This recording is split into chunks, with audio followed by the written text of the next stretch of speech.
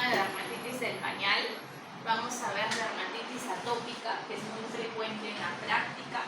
Vamos a ver acarosis, que es una patología bastante fastidiosa en niños como en adultos. El tratamiento es igual.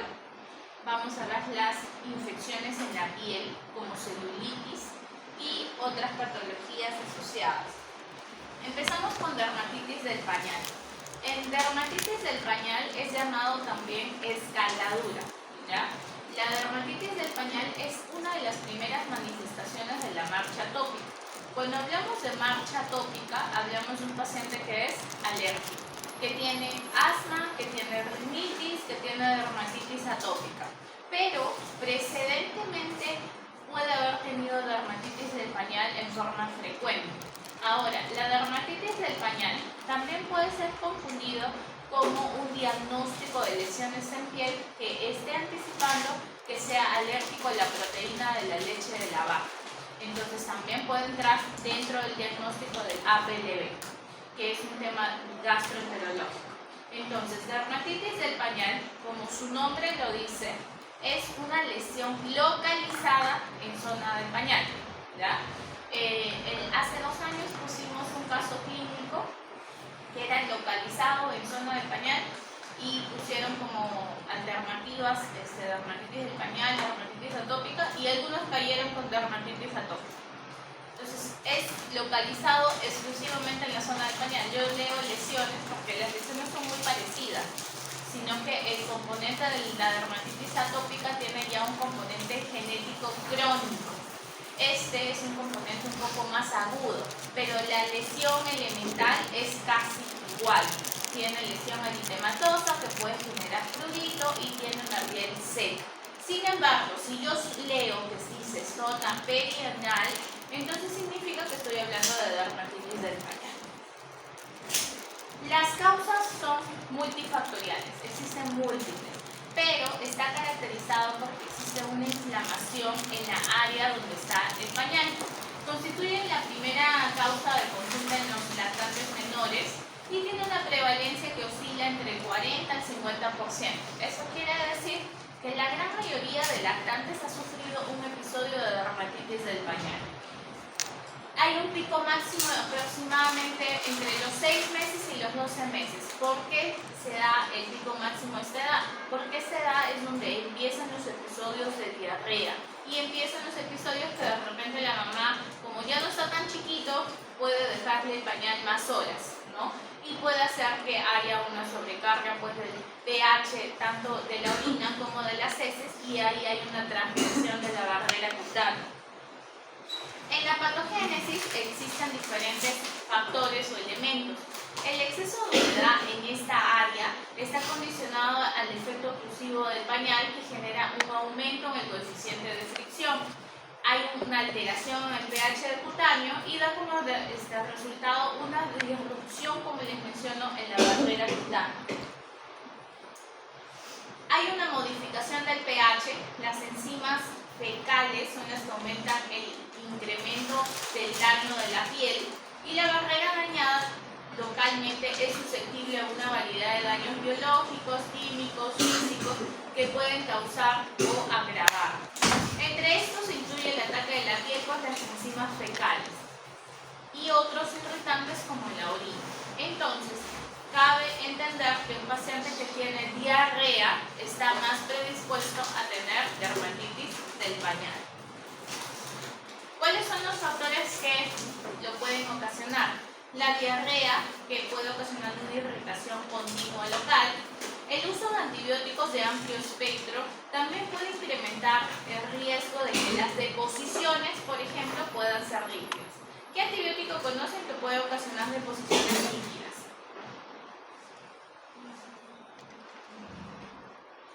Amoxicilina. Amoxicilina con ácido clavulánico, ¿ya?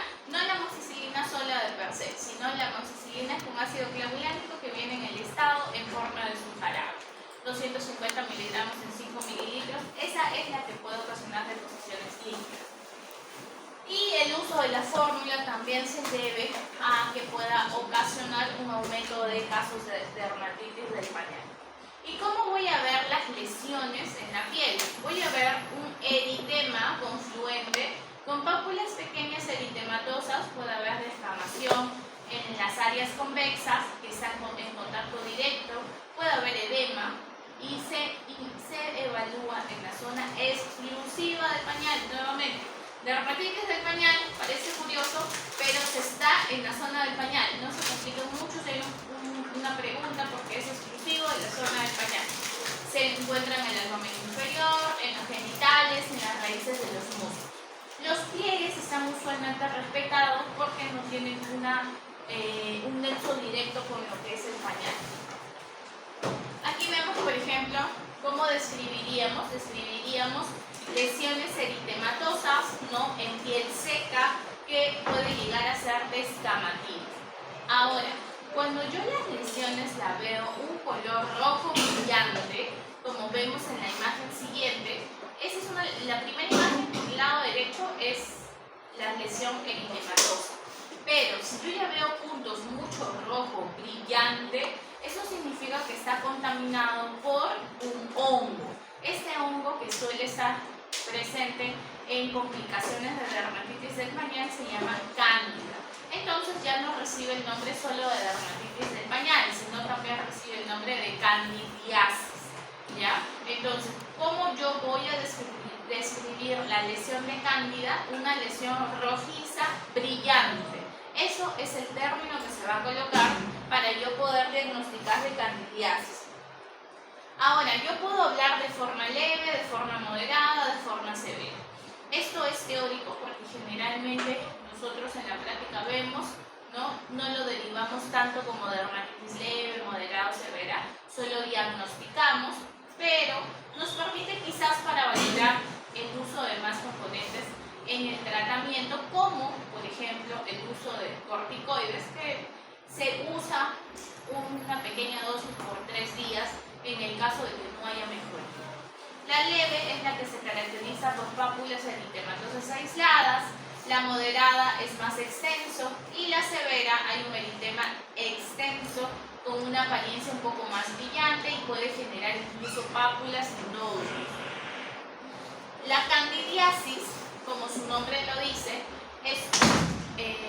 es una patología producto por el cándida. Si generalmente persiste más de 3 días la dermatitis del pañal y yo no sé poder quizás diferenciar clínicamente entre el eritema y el rojo brillante, voy a sospechar en niños que tienen más de 3 días de lesiones eritematosas. Entonces aquí vemos una lesión rojiza que suele tener una duración más de 3 días y es ocasionado por el cándida, color rojo brillante o rojo intenso, ¿ya? Ese es lo característico de la candidiasis. Ahora, ¿cuándo pienso que es bacteriano? Pienso que es bacteriano generalmente cuando hay una sobreinfección por un gram positivo, en este caso estafilococo o estreptococo.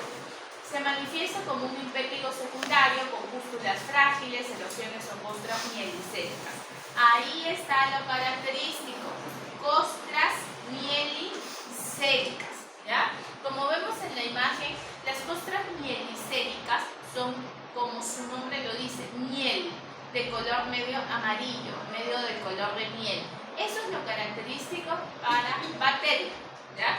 La bacteria da lesiones mielicéticas y puede generar pústulas frágiles, erosiones, ampollas flácidas, y esto sí o sí va a necesitar un antibiótico.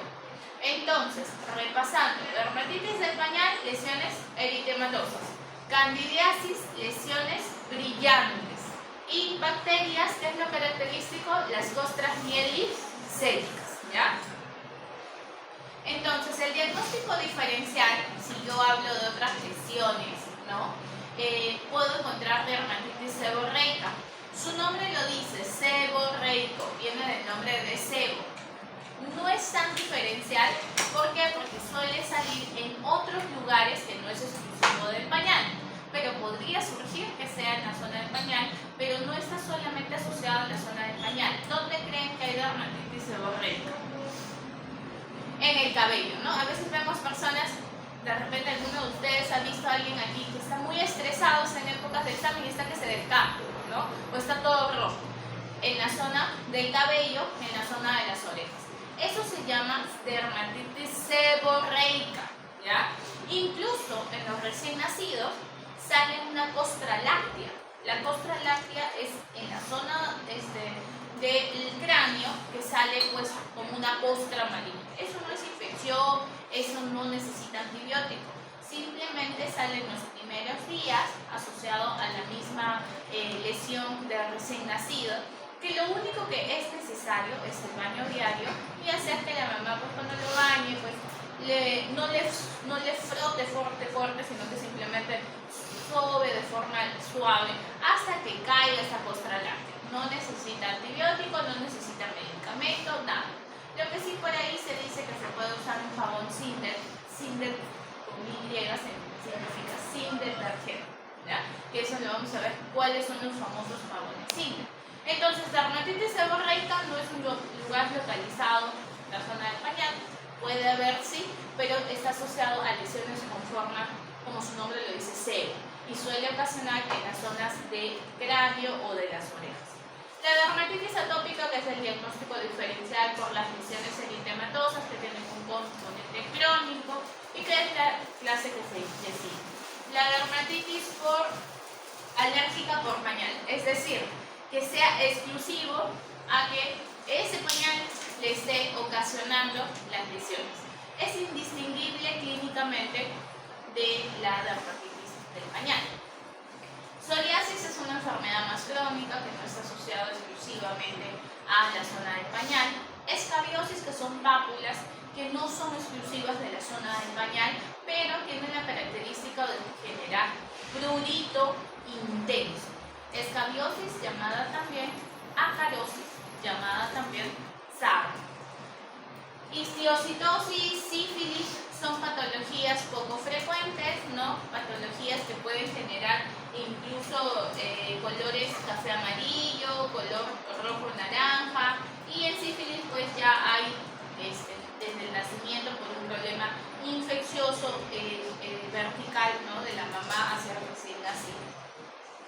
Entonces, esos son mis diagnósticos diferenciales si es que, por ejemplo, doy tratamiento y no mejora. Ahora, paso al diagnóstico. Es importante siempre obtener la información desde el nacimiento, desde cómo usa el pañal, cuántas veces cambia el pañal la mamá, ¿no? Y poder ver si hay algún factor que lo haya desencadenado, diarrea, que haya dejado más horas el pañal, que no lo haya cambiado a su hora. Es necesario también saber cómo realiza la mamá el aseo en esa zona, ¿no? ¿Qué jabón usa? O si usa toallas húmedas o algún limpiador. Y si, por ejemplo, usa talco, chuño u otro componente que pueda estar generando que haya una disrupción en la barrera cutánea. Si el cuadro clínico lo sugiere, se debe incluso investigar exposición a enfermedades contagiosas, como por ejemplo escabiosis o herpes, ¿no? Y hay que valorar siempre si es que hay diarrea. El diagnóstico es netamente clínico, es decir, observo la lesión, hago el diagnóstico. No es necesario sacar examen de sangre o algún examen de la piel, no. Sin embargo, si yo sospecho de un hongo, voy a sacar el examen directo o puedo sacar el KOH, que es un pequeño raspado. La dermatoscopía me permite valorar si es que hay identificar el ácaro. Este ácaro que me puede producir la escabiosis. En el caso de las bacterias, puedo sacar un cultivo en la piel para descartar si es que hay alguna bacteria asociada. Y la biopsia cutánea, cuando tengo una dermatitis atípica que no mejora, ¿no? Y ya he hecho de todo, pues, y sigue con las lesiones.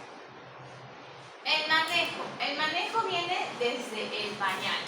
Les he colocado sin cherry, pero más o menos para que sepan cuáles son las imágenes de incluso de los pañales, porque eso hay que leerlo. ¿Cuáles son las diferencias entre un pañal y otro pañal?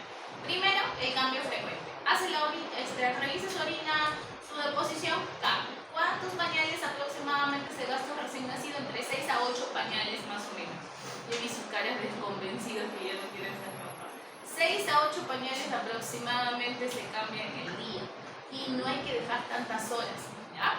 Porque eso puede ocasionar que tenga lesiones. Ahora, existen estudios que manifiestan qué pañal es mejor que otro pañal. ¿Qué pañales tenemos, por ejemplo, que podrían ayudarnos? Los que tienen centro de celulosa, que suelen ser superiores a los de tela. Los que tienen materiales absorbentes en gel son superiores a los del centro de celulosa. Y los que tienen pañales con liberación de formulaciones por contacto son superiores a aquellos que no las liberan. Por ejemplo, Bamboo Nature es uno de los que tiene una buena absorción y no va a generar tanto lesiones en la piel. Otras marcas comerciales, como por ejemplo Huggies, ¿no? Pampers. Pampers, también son buenas, pero dependiendo si es que no le genere irritación al pequeño, ¿ya? La limpieza se debe de realizar con agua tibia, ¿ya?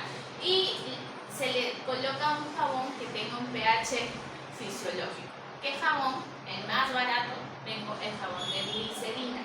O los jabones Cinder, es decir, los denominados Cinder, que son llamados también sin detergente. El más barato de la zona farmacológica es el famoso Eucerin, ¿ya? De ahí tenemos todas las marcas que suelen ser un poquito más caras unas a otras. Y las cremas. Esa crema ya no existe en el mercado, ahora se llama Aquaphor. Me falta actualizar mejor. ¿Qué es la ventaja, por ejemplo, de esta crema comparado al Hipogloss? ¿Han escuchado el Hipogloss? El Dr. Han, ¿no? Entonces, esas cremas tienen zinc, sin embargo, son más líquidas. Las que les hablo del Cyman, del Hipogloss, son más líquidas. Esta de aquí es mucho más densa, mucho más espesa. ¿Qué lo hace más espesa? Que su concentración de zinc sea un poco superior a las otras, ¿ya? La diferencia entre un Hipogloss, que creo que está a 15 soles, esa debe estar unos 80, 90 soles, ¿ya? Es la diferencia, pero yo de ustedes mejor, perfecto, nunca sufrí ningún problema con mi hijito y te dura bastantes meses, te usas un poquito y te dura, entonces vale la pena porque te protege más. Entonces, ¿dónde está el truco en usar el recién nacido? En el óxido de zinc. ¿Qué es el óxido de zinc? Es un excelente protector, es un astringente débil y tiene propiedades antisépticas. Entonces, ¿cómo voy a prevenir o tratar? Voy a prevenir con las preparaciones de barrera que bloquean físicamente el contacto con los irritantes químicos, ¿no? Y la humedad en la piel. Las pastas y los ungüentos son mejores barreras que las cremas y las lociones, que son pobremente adheridos. La mayor parte de estos componentes tienen el óxido de zinc. Entonces, un componente, mientras más óxido de zinc tenga, mejor es la actividad en la barrera cutánea. Ahora, en los casos que, por ejemplo, tengo moderada severa, no me mejora solo con mi óxido de zinc. Ya hice los cambios con lo del pañal, el jabón, ¿no? Y sigue teniendo, los esteroides tópicos son usados como segunda línea para disminuir la inflamación. En caso de ser prescritos, no debe de ser más de 7 días, una sola vez al día, y el uso de cualquier esteroide tópico solo o en combinación con antimicóticos o antibacterianos se podría usar, en especial potentes, el que está proscrito, ¿no? Perdón, no podríamos usar el que está asociado, estos polivalentes como el Notil, el Rostil, han escuchado que vienen 3 componentes, ¿cierto? La gentamicina, la betamidazona, clotrimazol. En adultos, seguro en dermato de repente han visto que usan, pero en pediatría no usamos mucho las polivalentes. Buscamos la causa, si es un hongo, si es una bacteria o si es solamente inflamación. Si yo veo que solo es inflamación, uso mi corticoide. ¿Qué corticoide? Puedo usar la betamidazona, puedo usar la hidrocortisona o la prednisolona. Una vez al día, máximo 7 días. Ojo, puede ocasionar Cushing iatrogénico, el uso excesivo del corticoide. ¿Y qué uso para la candidiasis? Cuando es ¿qué color? Rojo brillante. Uso la nistatina. Hay nistatinas que vienen acompañadas del óxido de zinc. En este caso tenemos una marca, por ejemplo, el Nistazin. Otra marca, Nistagloss, que son iguales. Viene óxido de zinc más nistatina. Esta nistatina va a ocasionar que mate pues, el hongo, en este caso la carne. ¿Qué otros antimicóticos puedo usar? Puedo usar el clotrimazol, el ketoconazol, ¿no? Pero, ojo, estos antimicóticos pueden generar irritación en la piel, así que hay que valorar el uso de máximo de 3 a 5 días también. Se ha visto que la leche materna tiene propiedades antiinflamatorias y antimicrobianas. Incluso un estudio en el que se incluyeron 150 lactantes con dermatitis del pañal entre leve y moderada, se demostró que la aplicación directa de leche materna fue igual que efectiva que el uso del corticoide, ¿ya? Y que puede desaparecer en 7 días. Con eso no les quiero decir que solo le coloquen leche materna en dermatitis del pañal, sino que hay estudios que avalan que podría generar cierta disminución de la inflamación. Otro estudio comparó la aplicación de la leche materna con la crema del óxido de zinc, en el cual se usó en pacientes con dermatitis moderada a grave en la UCI. El tiempo para la mejoría fue similar en ambos grupos, ¿ya? Pero no es que sea mi tratamiento de elección, ¿ya? Mi tratamiento de elección es mi pañal que sea adecuado, 2, el uso de jabón Sindet, 3, mi óxido de zinc, y buscar si no hay una complicación. Como medidas preventivas, limpiar la zona del pañal, mantenerlo seco. Otro de los puntos también hay que decirle a la mamá que mientras va creciendo el pequeño, ya es lactante, no le deje tanto tiempo con el pañal, ¿no? Si tiene lesiones, después de hacer deposiciones, le deje pues con la crema al aire libre para que seque. La zona del pañal pues genera mucha irritación. El uso de cambio frecuente de pañales, la ropa que sea de algodón, la limpieza de la piel después de cada cambio de pañal, evitar las toallas húmedas o en el caso que se requiera pues ver que no tengan tantos químicos. La piel debe estar totalmente seca antes de colocar el nuevo pañal. En el caso de la dermatitis esté establecida, resulta útil quitar el pañal y dejar la zona expuesta como les mencionaba. Proteger con sustancias que tengan emolientes o óxido de zinc. No usar corticoides como tratamiento profiláctico. Es decir, yo veo a mi bebito bien y le uso el corticoide para evitarlo. No, solo cuando esté moderada severa. Y si las lesiones no ceden en un plazo prudencial de una semana, en este caso sí hay que valorar, buscar o los factores desencadenantes o los diagnósticos diferenciales. ¿Alguna duda con dermatitis del pañal?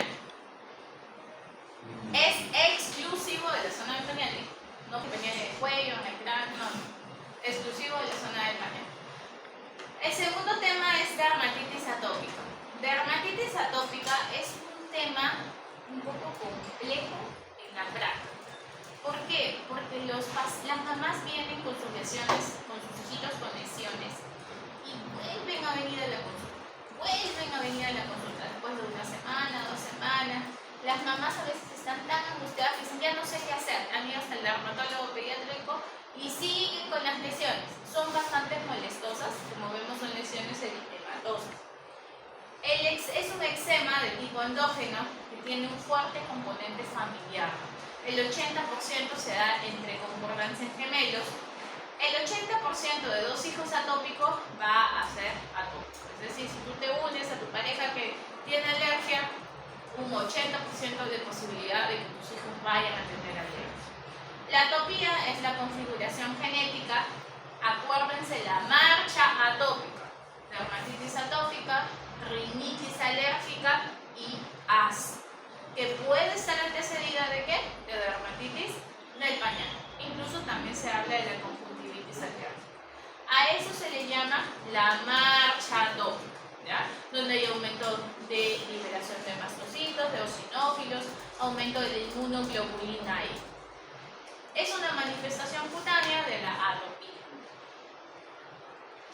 Se da entre el segundo o tercer mes de vida, aproximadamente máximo en los 5 años, generalmente más allá del primer año de vida. Cuando nosotros vemos las lesiones no mielicéricas, ojo, eso no es mielicérica porque no está con las lesiones pues en forma de miel, toda húmeda. Vemos una parte seca y vemos como sebo. ¿Cómo se llama eso? Seborreica, ¿ya? Seborreica, que suele estar en la zona de las cejas, del cráneo y las orejas.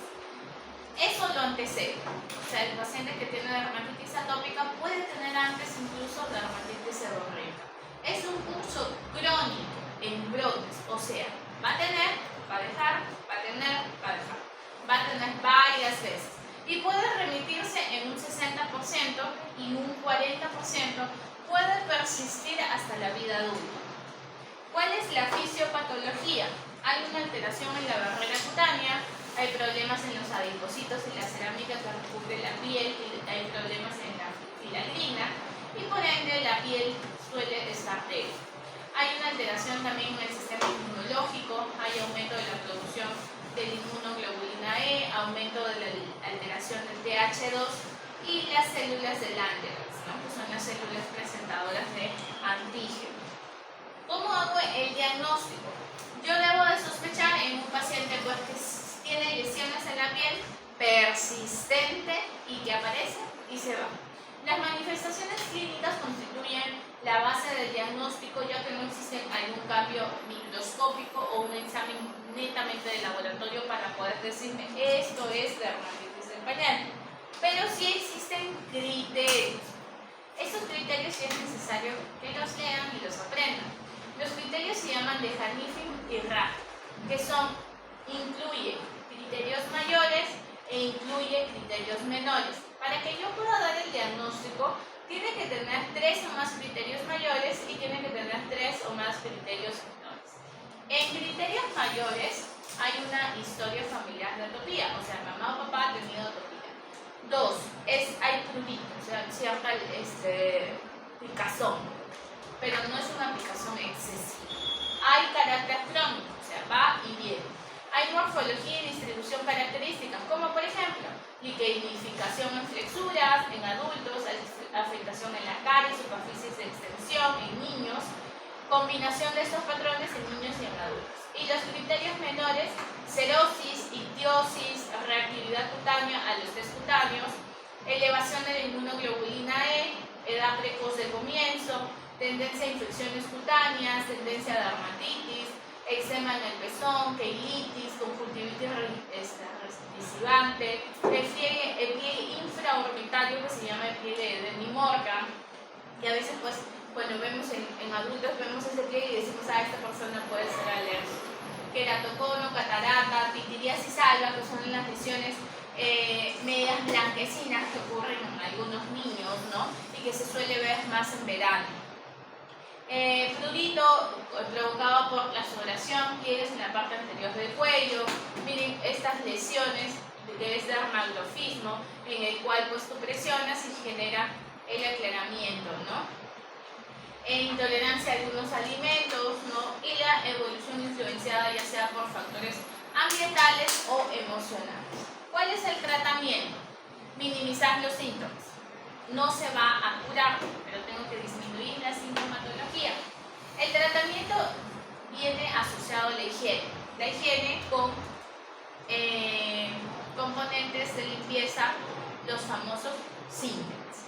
¿Qué marca conocemos? La marca Eucerin es la marca más cómoda dentro del mercado en la parte farmacológica. Luego tenemos la Roche-Posay, tenemos Isdin, ¿no? Todas las marcas que tengan un componente de un pH neutro, es decir, sin detergente. Se le puede dar antihistamínicos orales, se le puede dar la levocetricina a dosis de 0.25 o 0.125 miligramos kilo día. Se puede usar un corticoide tópico por un plazo de 3 días a 7 días, no es tanto, y se le coloca una vez al día. Y en el caso extremo, valorado por el dermatólogo, se puede usar inmunosupresores sistémicos, antitartolinos. A esta parte ya está evaluado por el dermatólogo. Nosotros generalmente llevamos estos corticoides, la limpieza, la forma de prevención, la alimentación, y luego si es que no hay mejoría se deriva a dermatopediatría. Entonces yo empiezo con ¿qué? Empiezo con el tratamiento básico de la hidratación, puedo mantener el uso de antihistamínicos, puedo usar el uso de corticoides, ¿no? Pero si es que ya empieza a no mejorar, puedo asociar lo que les mencionaba, el tacrolimus, ¿no? Tópico, o el tratamiento de mantenimiento, ¿no? En el cual ya eso es valorado por el derma. Lo que sí tengo que tomar en cuenta dentro de todas las recomendaciones es la temperatura ambiental, es decir, evitar estar en lugares donde hace mucho calor o mucho frío, evitar de frente la exposición solar. ¿Qué me dicen exposición solar? Evitar de frente la quemadura solar, y en el caso de niños mayores de 9 meses ya se puede usar el uso de fotoprotectores. ¿Qué fotoprotectores tenemos en nuestro medio? Tenemos el Umbrella-Kix, el Eucerin, el Slim, ¿no? Que son protectores que se usan en zona de crema en la cara y en zona de spray en el cuerpecito. 40 minutos antes de la exposición solar en niños mayores de 9 meses. ¿Por qué en niños menores de 9 meses no puedo usar? Porque se dice que estos niños no deberían de tener exposición solar directa, ¿ya? Por eso es que se evita poder usar un fotoprotector, porque no deberíamos estar exponiendo. La ropa tiene que ser ropa ligera, de algodón, de preferencia de colores claros, porque los colores más oscuros suelen usar más químicos para poder realizarlo. Los alimentos naturales. Si hay alimentos que, por ejemplo, lo puedan exacerbar, como por ejemplo la fresa o la naranja, se evita. Las vacunas, hay que colocar todas las vacunas que estén al día. La higiene, el baño diario. El baño que se indica es un baño diario de corta duración. No puedo yo dejar al lactante todo el rato en el agua, no. De corta duración, y el secado viene en toques, no es en frotes, ¿ya? Secado en toques. Entonces, yo en mi receta coloco el baño diario, agua tibia, corta duración, y el secado en toques. Emolientes son las cremas hidratantes. De igual manera tenemos el Eucerin como crema hidratante. El champú, que viene el Baby Champú, que es jabón y champú a la vez, es el Sintet, el Eucerin mismo, también de la marca, que son muy buenos, ¿no? Que son los más cómodos. Y se recomienda seguir con el uso de deportes en caso de niños más grandes. Preguntas con dermatitis atópica. Las lesiones son iguales. Lesiones eritematosas, en una piel seca, ¿no? Pero en cualquier zona del cuerpo, no exclusivo de la zona del pañal. Ninguna. Entonces pasamos a las infecciones. En las infecciones nosotros tenemos que valorar si no hay un antecedente de trauma. Los que se hospitalizan a veces en la parte pues, de pediatría, que de repente ya han pasado de cita, ninguno que se vino en práctica. Ay, sí está, perdóname, pero no estaba de inicio. Hemos visto celulitis, ¿o no, pequeño? Ya, hemos visto celulitis. ¿Cómo son las celulitis? Las lesiones eritematosas. En varones, por ejemplo, está más asociado a los niños grandes. Están jugando fútbol y se patean. ¿Y que llega a su casa el niño? Empieza a desarrascarse. ¿Ya? Eso hay que averiguar. ¿Ya? Antecedente de trauma, antecedente incluso de algún proceso de micosis o de hongos.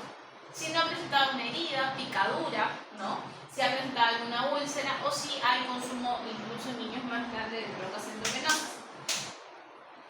Las lesiones en la piel hay múltiples. La que vamos a ver con detalle es el linfético, porque es muy frecuente verlo en la parte práctica. Y cuando vayan a su salón, van a ver que es bastante frecuente, ¿ya? El eczema, que son lesiones que ya van a abarcar piel y epidermis, y aquí suele ser ocasionado por el estreptococo. La erisipela, que también lo vamos a ver como diagnóstico diferencial de celulitis, es una placa eritematosa pero más delimitada. La celulitis es una lesión eritematosa pero de bordes no regulares. El acceso, ojo, aquí ya hay componente cutáneo, pero hay pus. Y ya entra a tallar la lesión a nivel del tejido celular subcutáneo. La fasciitis necrotizante, como su nombre lo dice, ya altera la fascia, ya es más profunda. Aquí necesita un desnidamiento. Y la piomyositis que altera a nivel del músculo. Empezamos con impétigo. Las lesiones de impétigo son costras, ¿de qué tipo? Mielicéricas. Si son mielicéricas, viene del nombre de miel. Viene de color medio amarillo anaranjado. Leen mielicéricas. Ustedes ven esa lesión. ¿Quién es el agente etiológico? ¿Bacteria, hongo, parásito? Bacteria, ¿ya? ¿Y quién es el agente causal mayormente de bacteria en la piel? Estafilococo aureus epidermidis, ¿ya? Entonces, ocasiona una infección a nivel de la epidermis, es muy frecuente y contagiosa. Pero no nos contagiamos los adultos, se suele contagiar los niños. Puede aparecer a cualquier edad, generalmente en la edad pediátrica, menores de 5 años, a partir de los 14 años ya no suele haber casos. Es más frecuente en inicio de verano y se contagian por autoinoculación, es decir, se cogieron, ¿no? Los niñitos están jugando y se cogieron y se contagiaron. Existen dos formas clínicas, la forma no ampollosa y la forma ampollosa. La no ampollosa es la más frecuente y es ocasionada en el 70% de los casos por estafilococo o estreptococo piógeno. Las lesiones progresan desde máculas milimétricas hasta pápulas, posteriormente a vesículas, pústulas. Tienen una erosión superficial con nombre de costra mielicérica, acuérdense. Costra mielicérica, ¿qué es?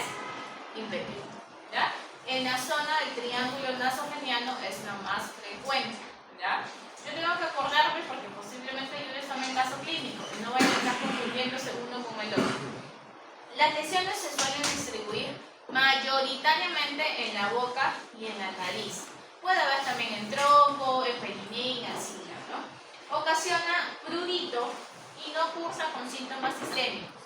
Es decir, no va a ocasionar malestar general, fiebre, vómito. Solo ocasiona prurito, picazón. La forma clínica ya tiene ampollas, ¿ya? Es menos frecuente y es producido por Staphylococcus aureus con sus toxinas epidermolíticas A y B. Las lesiones son inicialmente vesículas o pústulas y pueden desarrollar o evolucionar a ampollas de contenido más o menos turbio que tras su ruptura dejan una lesión eritematosa sobre la que forma una costra fina. La principal complicación del impétigo es una extensión que puede ocasionar celulitis o linfadenitis. Muy raramente puede ocasionar bacteriemia. El diagnóstico es netamente clínico y puede realizarse en el caso de persistencia a un cultivo. El diagnóstico diferencial incluye picaduras, eczema, herpes. El tratamiento es mupirocina, ¿ya? Esta mupirocina es una crema al 2% que se le coloca cada 8 horas por aproximadamente 5 a 7 días. Si las lesiones son muy extensas, el paciente pues puede tener fiebre, cosa que es muy raro, o molestias o le duele, ya puedo asociar un antibiótico vía oral.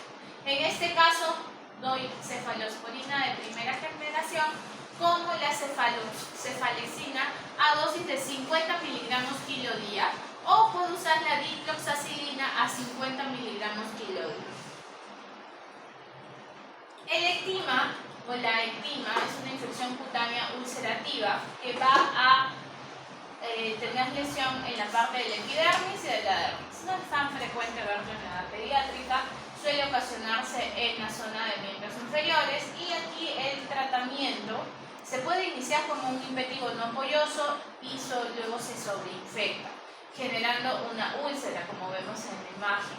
Aquí se usan las cefalosporinas, ¿no?, de primera generación, como por ejemplo la cefalexina o el cefaloxina.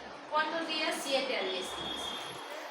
Otro diagnóstico es la erisipela, no es tan frecuente en la edad pediátrica. Es una infección que afecta la dermis y el sistema linfático.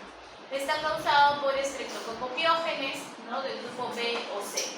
El inicio es brusco con una placa eritematosa, caliente, brillante y durada, pero tiene bordes bien definidos es la diferencia con la celulitis. Su localización suele ser más frecuente en miembros inferiores y puede aparecer complicaciones como sepsis o como shock tóxico estreptocócico. El diagnóstico es netamente clínico y el tratamiento requiere un tratamiento antibiótico sistémico. Puede hacerse por vía oral, ¿no? El cefaloxilo o la cefalexina, o puede valorarse el uso también de amoxicilina o penicilina durante 10 días. Ahí tenemos la imagen, ¿no?, de la erisipela, a diferencia de la celulitis, que hace bordes irregulares. Clínicamente es casi indistinguible, pero la celulitis tiene bordes irregulares.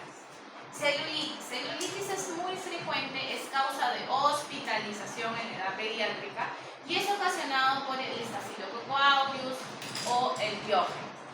Puede también en menos frecuencia el Streptococcus galanteano. Son factores predisponentes los traumatismos, ¿no? El niñito que está jugando se pateó, que lo patearon, sufrió picadura de insecto o que hubo una infección cutánea preexistente. La lesión es una placa de bordes mal definidos o irregulares, no sobrelevados, edematosos, calientes, ¿no?, que ocasiona dolor. El diagnóstico es netamente clínico. Ahora, se puede sacar hemograma, PCR para valorar si el proceso infeccioso está muy marcado. La ecografía, ¿para qué puede ser útil? Para descartar que no haya colección líquida. Y si hay colección líquida, ¿qué creen que puede haber? Acceso. Ya no hablamos de celulitis, hablamos de acceso. Y los accesos requieren intervención en algunos casos de forma quirúrgica, es decir, drenaje. Nosotros iniciamos el tratamiento antibiótico y a las 48 horas de efecto del antibiótico, en la lesión ya no tan caliente, enviamos interconsulta al cirujano a ver si le va a hacer el drenaje. El tratamiento en casos de niños más grandes, ¿no?, que no sea purulente, puede ser pues la cefalosporina. La cefalosporina, como la cefalexina, a 50 miligramos kilo día, la duración de 7 a 10 días. En el caso de la celulitis purulenta, no purulenta, la cefalexina, podemos usar en pacientes que se hospitalizan la oxacilina. En casos de sospecha de anaerobios podemos usar la clindamicina, ¿verdad? La oxacilina se usa a 150 miligramos kilo día cada 6 horas. La clindamicina podemos usar a 40 miligramos kilo. En el caso de que ya sea celulitis complicada, puedo usar la vancomicina. Ahora, no solamente veo celulitis en la parte infecciosa en la piel, en cualquier zona, sino también tengo que descartar dos tipos de celulitis: la presectal y la orbital. ¿Qué significa septum? Es un huesito que se coloca, que está pues, ¿no?, a nivel del ojo. Cuando la infección es antes de este septum, como vemos en la imagen, se llama presectal, ¿verdad?, o periorbital. Cuando la infección es pasado el hueso, que vemos ahí, es orbitaria, ¿no?, o posectal. Diferencias: en la presectal el niño abre el ojo, en la posectal, miren, hay proptosis, ¿ya?, no hay apertura. Ahora, ¿qué es lo que yo tengo que preguntar o qué es lo que tengo que evaluar? Si hay edema, si hay apertura de ojos, si hay afectación conjuntival, si está viendo con la poca apertura que tiene, si hay normalidad en los movimientos oculares, si hay los reflejos pupilares. Y en niños mayores hay que tratar de valorar la función del nervio óptico, es decir, mandar una interconsulta al oftalmólogo. Se puede realizar fondo de ojo bajo estudio del oftalmólogo y evaluar el estado general. ¿Cuáles son las diferencias? Son bastante notorias, ¿no? El periorbitario, el ojo está abierto, no hay proptosis, no hay alteración en la motilidad ocular, no hay dolor orbitario, la agudeza visual es normal, hay reactividad pupilar, hay hemosis de forma leve y la oftalmoscopía puede ser normal o ligeramente alterada. En los signos generales, es decir, fiebre, malestar, pueden estar presentes. En cambio, en la orbitaria, miren, hay proptosis, la motilidad ocular está alterada, hay dolor orbitario, la agudeza visual aquí ya está disminuida, hay reactividad pupilar alterada, la quimosis es moderada e intensa, la oftalmoscopía puede estar alterada y ya hay signos generales, ¿no? En este caso, en ambos casos, se hospitalizan en niños pequeños, ¿ya? En adultos, pues solamente podríamos valorar el uso de antibióticos vía oral, pero en casos de edad pediátrica, se hospitalizan ambos, ¿ya? Menores de 5 años sí o sí entran. Y se puede valorar la interconsulta a oftalmología. Tratamiento. Generalmente en la práctica usamos oxacilina, 150 miligramos kilo día, cada 6 horas, endovenoso por 7 días. Si sospecha de anaerobio, se agrega la clindamicina a 40 miligramos kilo. Aquí me habla postraumática, me habla por bacteria, en este caso streptococo, me habla periorbital. Se puede usar la cefotaxima, también se puede usar, me ayuda para el cruce de la barrera hematoencefálica. Ojo, una de las complicaciones puede incluso por cercanía llegar a meningitis. Estas son las dosis de los antibióticos, incluso desde la mupirocina, el ácido fusilídico, que son la parte tópica, antibióticos vía oral, la cefasolina, que es la cefalexina, usamos a 50 miligramos kilo día, y los antibióticos para estafilococo agudo resistente, ¿no? Como la clindamicina, la vancomicina, ¿no? Incluso cuando hay alergia a los metalactámicos, la clindamicina. La infección de anejos cutáneos. La infección de anejos cutáneos tenemos la foliculitis, que es la primera imagen, en el cual hay un folículo piloso y puede haber alteración a nivel de la epidermis. Este es ocasionado por Staphylococcus aureus, no es necesario antibiótico vía oral, solamente en crema, la mupirocina cada 8 horas. El forúnculo es asociado al folículo piloso ya completo. Hay asociación a una dermis profunda, hay pústulas, puede ser ocasionado por estafilo, incluso puede llegar a dejar esta cicatriz. Aquí el tratamiento es localizado, el calor y si requiere una incisión. El anthrax, que es poco frecuente en edad pediátrica, que es un conjunto de forúnculos alteración a nivel del tejido celular subcutáneo, hay una placa eritematosa caliente. Aquí que hacemos calor local, incisión y antibióticos como cefadroxil o cefuroxil. La hidrosadenitis, que está más asociado a niñas adolescentes que están menstruando, que suelen tener tejido adiposo aumentado y puede ocasionar nódulos dolorosos que se acidifican. Eso lo vemos más en mujeres adultas, aquí en dermatología, ¿no? Y aquí se indica higiene rigurosa, mupirocina y amoxi con ácido clavulano, a 50 y 50, la dosis de 50 miligramos kilo día. Y la paromiquia, que si vemos en niños, que es la lesión que vemos en el dedo, ¿no? Que a veces están que se muerden los pellejitos, que le decimos, y genera infección, ¿no? Esta infección tiene, incluso se puede hasta presentar acceso. Si yo veo que solo es una lesión localizada, que es una lesión que no genera síntomas sistémicos como fiebre, náuseas o malestar, puedo usar solamente vía tópica. Pero si yo veo que ya hay un acceso, que ya hay malestar, ¿no? Que está grande, iniciamos sí o sí antibiótico vía oral. En este caso, amoxi con ácido clavulánico, 50 miligramos kilo día y valoramos la reevaluación en 48-72 horas, siempre explicando signos de alarma. Ahora, pasamos a lesiones bastante frecuentes a lesiones mucho más fuertes, ¿no? El síndrome mediado por toxinas. Aquí me voy a detener un ratito porque quiero que vean las lesiones, ¿ya? Cuando nosotros vemos la primera imagen, nosotros de repente estamos en nuestro cerebro. ¿Y qué es lo primero que se les puede ocurrir?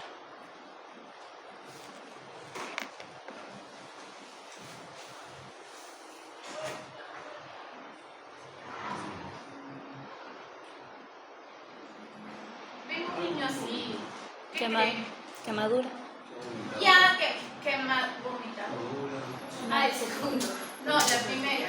Quemadura, ¿no? Tipo, de repente estaba en el sol. La mamá te dice no. Ay, tu compañero está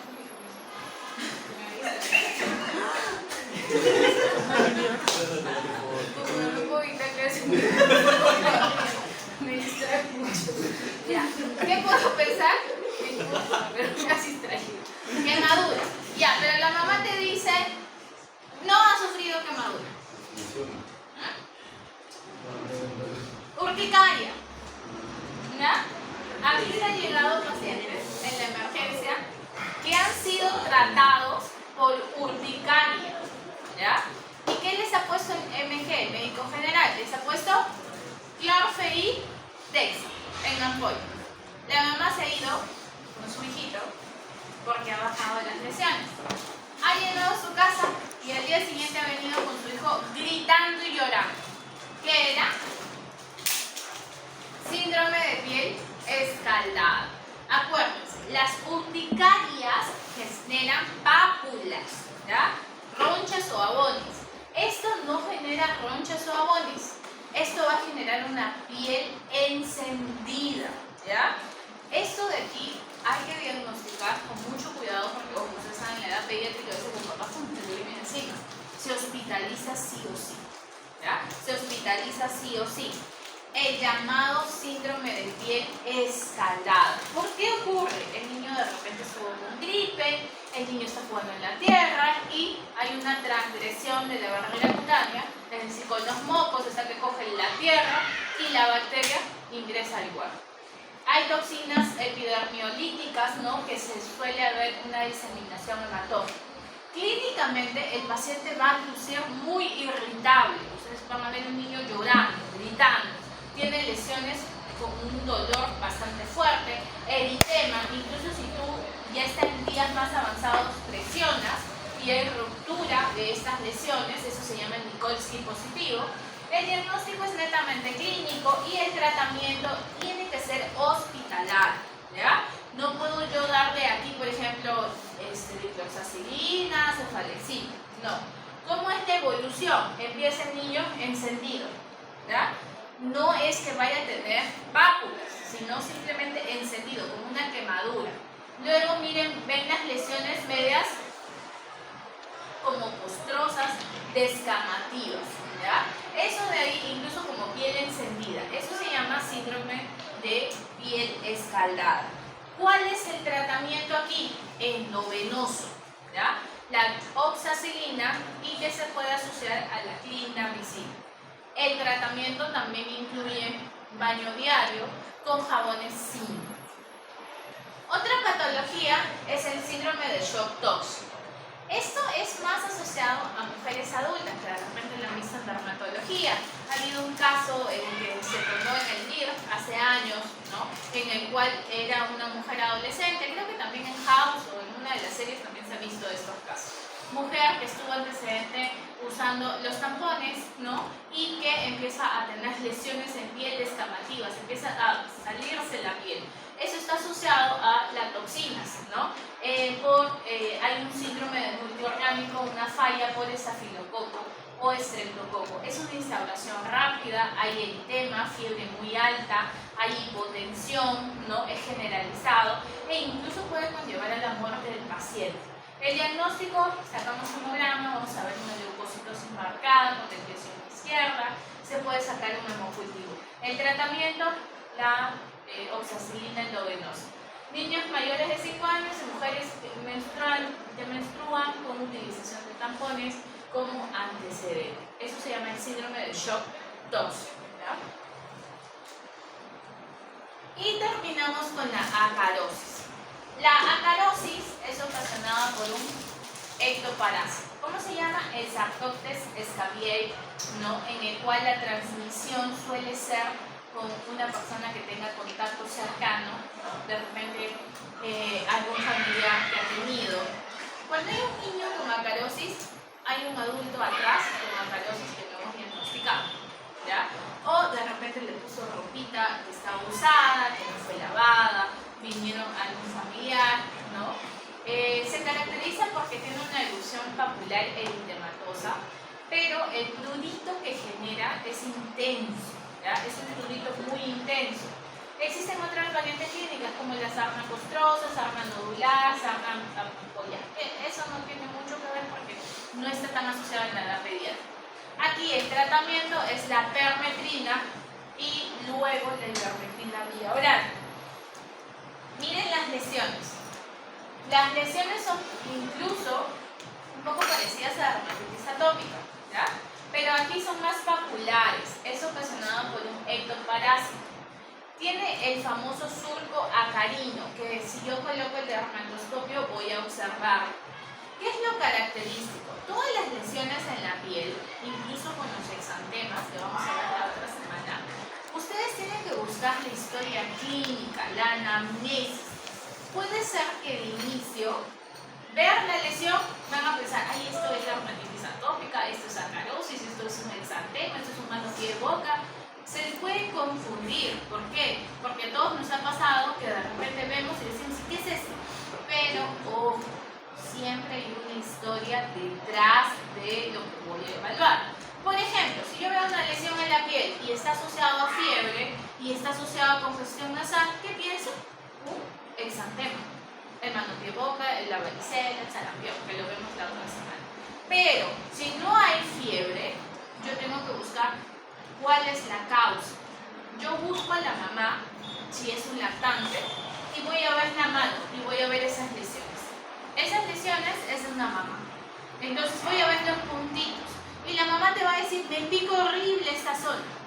Eso es acarosis, sí o sí. Mírale los brazos a la mamá o el abdomen a la mamá y vas a ver que va a tener las lesiones.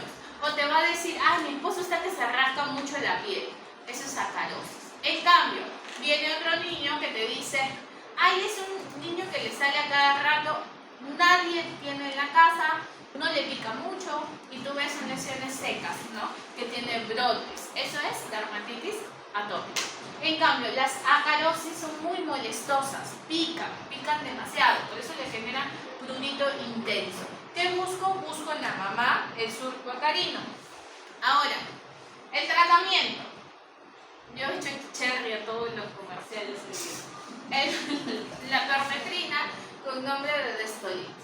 Cuando ustedes estén en su salud no van a tener nada de esto, van a tener el benzoato de benzoato, que quema. Generalmente no se recomienda, pero es lo que hay en el MINSA, en su cerebro. ¿Cómo se usa? Ya estando en Lima, si lo tienes, si estás en zona un poquito más urbana. La permetrina. La permetrina se usa de cuello a pies en la noche antes de dormir. Se coloca una sola vez y al día siguiente toda la ropa que ha tenido contacto al pequeño, las sábanas, se mandan al agua. Se lavan. Una semana después, hoy están viernes, el otro viernes vuelven a hacer el mismo procedimiento, ¿ya? Con la permetrina, que puede ser en loción, un poco más efectiva, o crema. El tratamiento es para todos en la casa, no solamente es para el que lo tiene. Acuérdense, detrás de una persona con acarosis, de un niño de acarosis, viene un familiar con acarosis. Y si no hay efectividad después de la segunda semana, se deja una tercera semana sin tratamiento y a la cuarta semana de ivermectina vía oral. ¿La conocen? Sí. La que se usó en épocas de COVID. ¿Cuánto se usaba? ¿Una gota por kilo de peso o 50 gotas? De igual manera, una gota por kilo de peso, nombre comercial, ¿cuántos? ¿Ya? En gotitas. Se le da al familiar, al pequeño y a todos los que comparten la casa con el niño y se evalúa pues, después del uso de esta vía oral. Primero la loción o la crema, luego, si no hay mejoría, la ivermectina en gotitas. Chicos, preguntas.